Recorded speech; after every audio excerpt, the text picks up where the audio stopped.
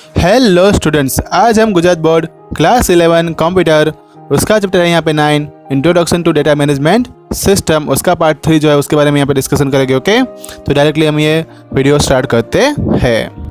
हमने यहाँ पे पार्ट 1 और पार्ट 2 में डेटाबेस मैनेजमेंट सिस्टम के जो बेस सॉफ्टवेयर है उसके पार्ट 1 मतलब कि स्टेप 1 और स्टेप 2 हमने देख लिया है। हम यहाँ पे स्टेप 3 से स्टार्ट करेंगे। और स्टेप 3 में ऐसा है कि हमें यहाँ पे डेटा को अब एंटर करवाना है। उसके इच एट्रीब्यूट जो है मतलब कि वो किस पे डिपेंड करेगा कि किस तरह से हम यहाँ पे टेबल जो डिज़ाइन करने वाले हैं। एक कंपलसरी बात ये रहती है कि हमें पहले डेटा फील्ड जो है उसमें कोई भी फील्ड होगी उसमें डेटा टाइप उसका बताना पड़ेगा। डेटा टाइप है वो यहाँ पे फील्ड का जो स्ट्रक्चर होता है, स्टोरेज स्ट्रक्चर, वो डिफाइन करने में काम आएगा। कंप्यूटर के अंदर जो अलग अलग वे होते हैं डेटा को स्टोर करने के लिए, और इस तरह से जो मेमोरी होती है और जो स्पीड होती है एक्यूरेसी की वो भी अलग अलग होती है। तो यहाँ पे पहले हमें कैलकुलेशन करनी पड़ेगी एक्यूरेसी दिखाने के लिए, और कहीं पे ज़्यादा मेमोरी भी इस्तेमाल करनी पड़ेगी, और कहीं कहीं पे ऐसा भी होगा कि हमें जो अपने पास ड्रॉप डाउन मेनू लिस्ट हो गए उसके अंदर से अच्छे एट्रीब्यूट का इस्तेमाल करना पड़ेगा। ये अपने जो डेटाबेस इस तरह से हम जो बनाएंगे वो पूरी परफॉर्मेंस को भी अफेक्ट कर सकता है। अभी यहाँ पे आगे की स्लाइड में जो टेबल दिए हैं 9.2 से लेकर 9.5 तक, उसमें हम देखेंगे कि किस तरह से हम टेबल जो है अलग अलग डेटा टाइप हम यहाँ पे प्रोवाइड कर सकते हैं बेस सॉफ्टवेयर के द्वारा। और ये यहाँ पे हर एक एट्रीब्यूट के लिए जो ये डिज़ाइन किया गया है उसमें हम सैम्पल जो एक यहाँ पे बताया गया है। यहाँ पे सैम्पल रिकॉर्ड जो है सप्लायर का दिया हुआ है, जिसमें address line, city, pin code, contact number, email ID और कॉन्टैक्ट नंबर जो है वो दिए हुए हैं सप्लायर के। दूसरा यहाँ पे जो टेबल बनाया गया है वो प्रोडक्ट के लिए बनाया गया है, उसका रिकॉर्ड हम रखेंगे तब। तो उसमें लिखा है कि प्रोडक्ट की कैटेगरी कौन सी होगी, फिर उसमें मॉडल नेम क्या रहेगा, सप्लायर नेम क्या रहेगा, रीऑर्डर लेवल क्या रहेगा, selling price, quantity, product image, camera का पिक्सल कितना रहेगा, प्रोसेसर कौन सा होगा, ओएस सपोर्ट करेगा नहीं करेगा, फिर टच स्क्रीन होगी, वाईफाई एनेबल्ड होगा, मेमोरी स्लॉट आएगा, एफएम सपोर्ट होगा, डिस्प्ले साइज, फिर एचडीडी कैपेसिटी, और यहाँ पे वेट कितना उसका होगा। फिगर 9.4 में जो है एम्प्लॉयज़ का, और फिगर 9.5 में कस्टमर का यहाँ पे डेटा जो है वो एक टेबल में बनाया गया है। अब यहाँ पे data type available in base, तो बेस के अंदर डेटा टाइप को 3 कैटेगरी में डिवाइड किया गया है, alpha numeric, calendar and binary data type. जैसे यहाँ पे बाइनरी डेटा टाइप खत्म होगा, स्टेप 3 भी हमारा खत्म हो जाएगा। पहले उसमें आ रहा है अल्फा न्यूमेरिक डेटा टाइप्स। तो इस डेटा टाइप में यहाँ पे एक एग्जांपल दिया है जो हमने टेबल 9.5 में बताया गया है। इसके अंदर ऐसा बताया गया है कि जो एड्रेस होता है उसके अंदर अल्फ़ा बिट्स आ सकते हैं, स्पेशल कैरेक्टर आ सकते हैं, तो हमें अप्रोप्रिएट डेटा टाइप इसके लिए इस्तेमाल करना पड़ेगा। उसमें से थोड़े न्यूमेरिक नंबर भी हो सकते हैं। हम यहाँ पे लॉन्ग वेरिएबल कैरेक्टर जो है वो उसके लिए रखेंगे, और यहाँ पे डिपेंड करेगा कि एड्रेस फील्ड उसकी कितनी लंबी रहती है। जैसे कि यहाँ पे एग्जांपल दिया हुआ है कि हर्षित जो है उसका यहाँ पे एड्रेस जो था वो एग्जांपल में आगे बताया उसका एड्रेस 100 कैरेक्टर का है, ठीक है। तो उसके लिए 100 बाइट्स जो है हमें रिजर्व रखनी पड़ेगी। अगर 50 कैरेक्टर का हो रहेगा तो हमें 50 बाइट्स रिजर्व रखनी पड़ेगी। अब यहाँ पे टेबल की बात करते हैं तो अल्फा न्यूमेरिकल कैरेक्टर्स जो है उसको स्टोर करने के लिए 4 अलग अलग टाइप के डेटा टाइप दिए हुए हैं। Variable character, ignore cash, variable character, तो कैरेक्टर, लॉन्ग वेरिएबल कैरेक्टर, सब में मैक्सिमम लेंथ 2 GB की है। टेक्स्ट है मोस्टली, और ज़्यादा अगर होगा तो हम मेमो के फॉर्म में यहाँ पे लिखा हुआ है, और यहाँ पे उसके अंदर जो स्पेसिफाइड लेंथ तक हम स्टोर कर सकते हैं। और कहीं पे हम जैसे कि अब ज़्यादा ज़रूरत है लॉन्ग वेरिएबल कैरेक्टर के लिए, लेंथ जो रहेगी वो बढ़ जाएगी। यहाँ पे UTF-8 कैरेक्टर तक हम उसको एक्सेप्ट कर सकते हैं। अब यहाँ पे जो कैरेक्टर डेटा टाइप में जब भी हम नंबर को यहाँ पे एंट्री करवाते हैं उस फील्ड के अंदर, तो हमें एग्जैक्ट नंबर पता होना चाहिए। हम यहाँ पे लाइसेंस नंबर, पासपोर्ट नंबर, उसके अंदर ऐसे कैरेक्टर जो है उसको फिक्स कर सकते हैं। उसके लिए जो डेटा टाइप रहता है वो उसके अंदर लिमिटेशन रहती है जो हम कैरेक्टर इस्तेमाल करते हैं। सभी टाइप के कैरेक्टर हम इस्तेमाल नहीं कर सकते जब ये पासपोर्ट या तो क्या बनता है, लाइसेंस बनता है उसमें। अब मानो कि हमें यहाँ पे डिस्क्रिप्टिव डेटा टाइप इस्तेमाल करना है, और यहाँ पे तो उसके लिए हम 255 कैरेक्टर से ज़्यादा इस्तेमाल कर सकते हैं। तब हम मेमो डेटा टाइप सिलेक्ट करने वाले हैं। ये डेटा टाइप हमें अलाउ करेगा कि हम अलग अलग 64,000 टाइप के कैरेक्टर जो है उसमें ऐड करवा सकते हैं, और इस टाइप के कैरेक्टर्स उसमें प्रिंट करके या तो एंटर करवा के अलग अलग वेरियस फील्ड, अलग अलग एट्रीब्यूट जो है उसमें एंट्री करवा सकते हैं। और ये सभी अपर केस और लोअर केस दोनों में सर्चिंग हम कर सकते हैं। फर्स्ट नेम लास्ट नेम जो है वो यहाँ पे वेरिएबल कैरेक्टर को इग्नोर कर देगा जब सर्चिंग करेंगे तब, लेकिन दोनों नेम हम स्मॉल कैपिटल दोनों में एंट्री करवा सकते हैं। यहाँ पे एक लिमिटेशन की बात आती है जब भी कंप्यूटर में हम अल्फ़ा न्यूमेरिक कैरेक्टर जो है उसको हम डिस्प्ले करवाते हैं। आस्की कोड उसके लिए रहता है। एक पर्टिकुलर कैरेक्टर को शो करने के लिए 1 बाइट जितना डेटा की ज़रूरत पड़ती है। और यहाँ पे एक लिमिटेशन ये है कि हम 256 जितने कैरेक्टर हम यहाँ पे इस्तेमाल कर सकते हैं। बहुत सारी एप्लीकेशन ऐसी भी है जिसमें ये डेटा थोड़ा शॉर्ट हो जाता है, कहीं पे हमें इसको एक्सपेंड करने की ज़रूरत पड़ती है, जैसे कि गुजराती और हिंदी कैरेक्टर जो है उसके लिए डेटा बाइट्स बढ़ानी पड़ती है उसके वर्ड्स को, उसके कैरेक्टर को स्टोर करने के लिए। ठीक है, तो ये भी हमने देखा, इसके लिए यूनिकोड भी बनाए हुए हैं और ये बाइट्स पर कैरेक्टर बनते हैं। हम यहाँ पे UTF-8 का इस्तेमाल करके अलग अलग टाइप के अल्फ़ा न्यूमेरिकल कैरेक्टर्स को यहाँ पे स्टोर करवा सकते हैं।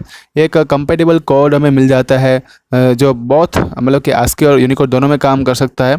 और ये इंटरनल कैलकुलेशन में भी जो है वो इसमें हम बाइट डिसाइड कर देंगे कि हर एक कैरेक्टर के लिए कितनी बाइट्स की रिक्वायरमेंट रहने वाली है। डेटाबेस मैनेजमेंट सिस्टम हमें एक बात ये भी याद रखनी है कि यहाँ पे कोई आपको नंबर ऑफ बाइट्स नहीं पूछने वाला है कि कितना आप एलोकेट उसके लिए करनी पड़ेगी। आपको हमेशा ये पूछा जाएगा कि आप कैरेक्टर कितने आप एलोकेट करना चाहते हो, उसको स्टोर करना चाहते हो। और इसी तरह से सॉफ्टवेयर जो है वो अपने आप बाइट जो है वो फिक्स कर देता है।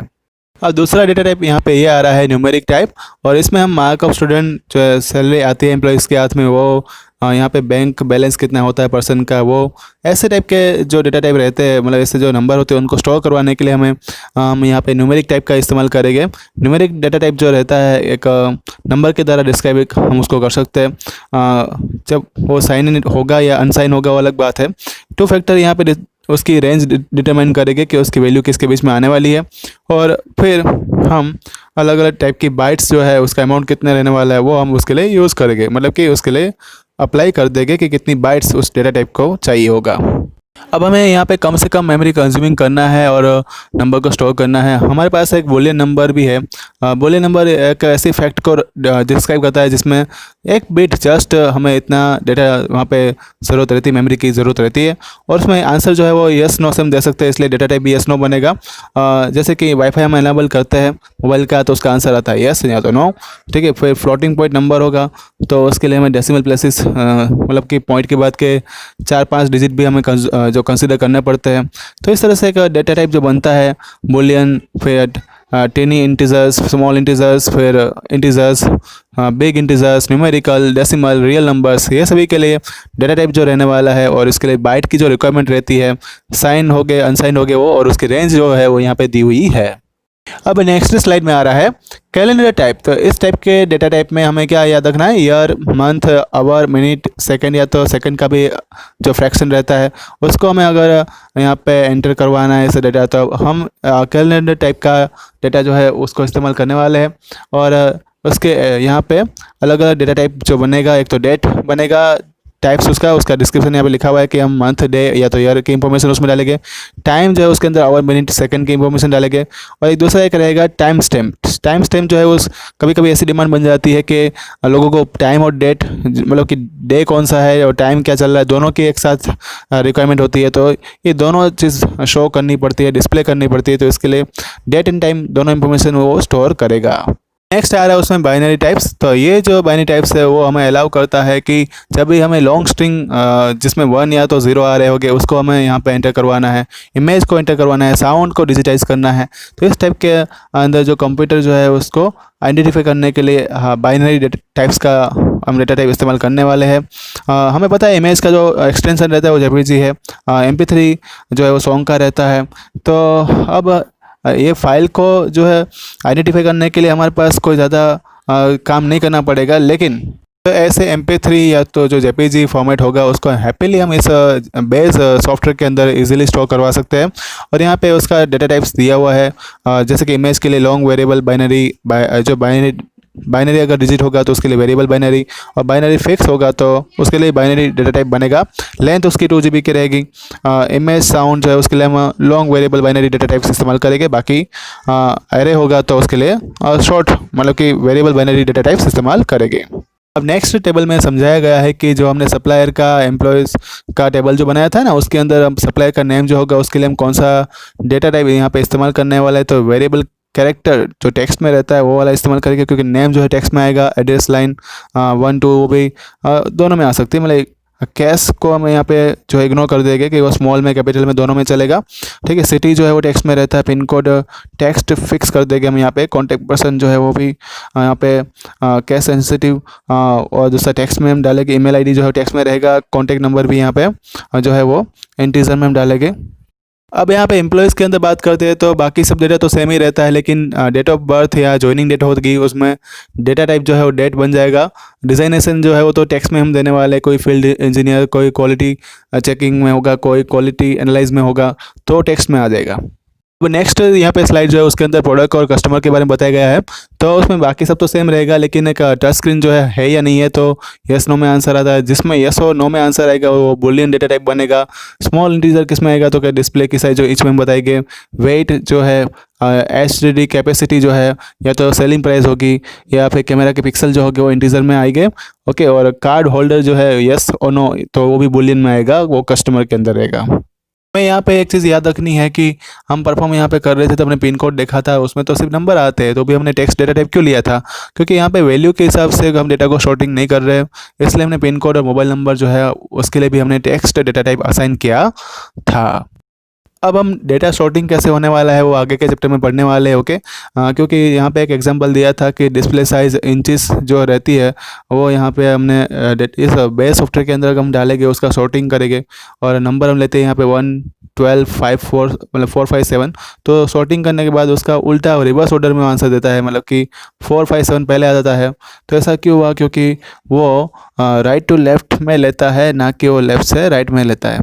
तो इस तरह से जो बेस है ये वो इस सॉफ्टवेयर को मतलब बेस सॉफ्टवेयर जो था वो इस तरह से यहाँ पे रीडिंग करता है कि वो मोस्ट डिजिट जो सिग्निफिकेंट डिजिट जो रहता है वो तो राइट साइड में था। ठीक है, तो उसी के हिसाब से वो सॉर्टिंग करता है। अब यहाँ पे जो डेटा सॉर्टिंग का कंसेप्ट आपको थोड़ा कंफ्यूजन में डालेगा, मुझे ये बात पता है। ओके, लेकिन इसके बारे में हम डिटेल में बात आगे के चैप्टर में करने वाले हैं। तो अभी हम यहाँ पे पार्ट 3 जो है उसको पूरा करते हैं। पार्ट 4 जब आएगा तो मैं आपको व्हाट्सएप पे नोटिफाई करूँगा। अगर यहाँ पे आपको कोई डाउट है तो मुझे यहाँ पे कमेंट बॉक्स में लिख कर बता सकते हैं।